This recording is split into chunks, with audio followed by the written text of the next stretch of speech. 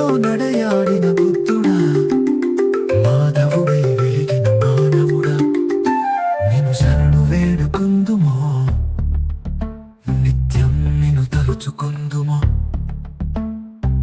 ప్రేమను పంచిన గౌతముడా, నిన్ను శరణు వేడుకుందుమో.